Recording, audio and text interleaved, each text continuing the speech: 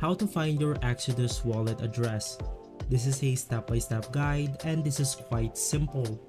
Now first things first, you want to open up the Exodus wallet extension right here and you want to log in to the account that you want to get the address with. Right after that, we then have the main menu or the main page of our wallet right here. To proceed, you want to click on the receive button. And right after clicking on receive, you want to select the coin that you want to get the address of. In my case, I'll go ahead and click on Solana.